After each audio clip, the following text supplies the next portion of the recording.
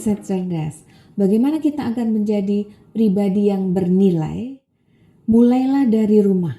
Tidak mungkin kita menjadi pribadi yang berbeda di rumah seperti apa, di kantor seperti apa, kemudian di luar seperti apa. Intinya, kalau kita ingin menjadi pribadi yang bernilai, mulailah dari rumah.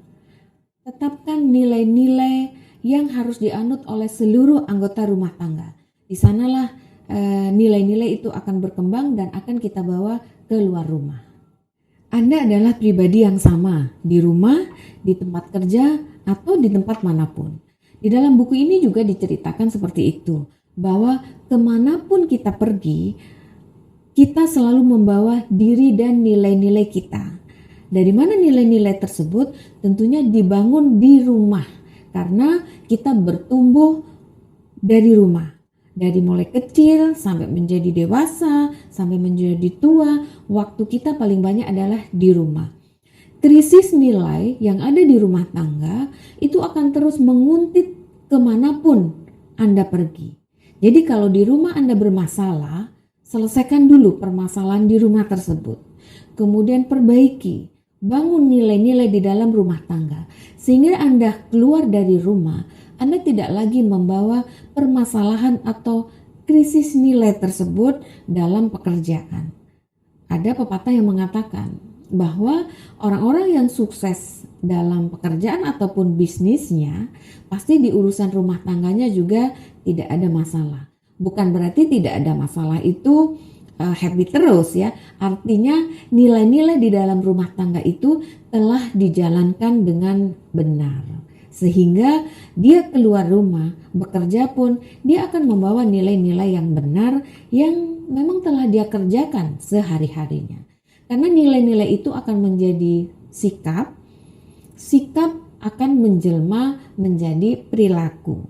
Dan ini akan tumbuh terus berkembang sesuai dengan apa yang ada atau apa yang ditanamkan sejak kecil. Bila kita sebagai orang tua dibiasakan untuk membuat nilai-nilai di rumah bahwa kita tidak hanya membagikan pekerjaan kepada misalnya asisten rumah tangga atau bahkan anak-anak kita, tetapi setelah kita membagikan pekerjaan, ada penilaian terhadap pekerjaan tersebut dan ada reward and punishment kepada pekerjaan tersebut. Kebiasaan itu akan menjadi kebiasaan Anda nanti pada saat bekerja ataupun mungkin bermain dengan kawan-kawan. Tidak hanya bisa memerintah tanpa bisa menghargai dan memberikan reward terhadap keberhasilan kawan-kawan ataupun anak buah kita di kantor. Bagi Anda yang baru menikah, itu akan lebih mudah. Pada saat Anda sebelum menikah, bahas nilai-nilai rumah tangga yang akan diarungi bersama.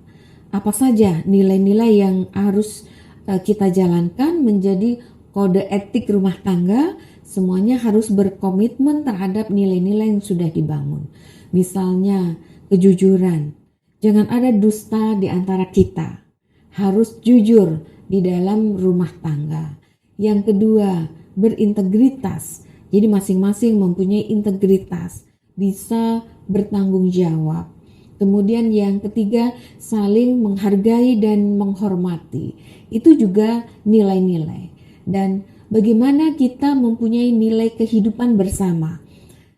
Misalnya, kita lebih baik berhemat, banyak tabungan, tetapi penampilan bersahaja. Ada yang harus penampilannya oke, kelihatan banyak uang, padahal nggak punya tabungan. Nah itu bisa juga disebut nilai-nilai. Itu Anda bahas sebelum menikah. Nah ini nanti akan bertumbuh pada saat mempunyai anak. Nilai-nilai keluarga itu terus dikembangkan kepada anak-anak dan tentunya nilai-nilai di dalam rumah itu tidak statis. Tentunya dinamis sesuai dengan pencapaian yang diperoleh, pencapaian prestasi, kesuksesan, mungkin nilai-nilai itu akan berubah dengan tuntutan yang lebih tinggi lagi. Disampaikan dalam buku ini bahwa krisis nilai rumah tangga itu akan terus menguntit kemanapun Anda pergi. Artinya, selesaikan dulu krisis nilai di rumah tangga.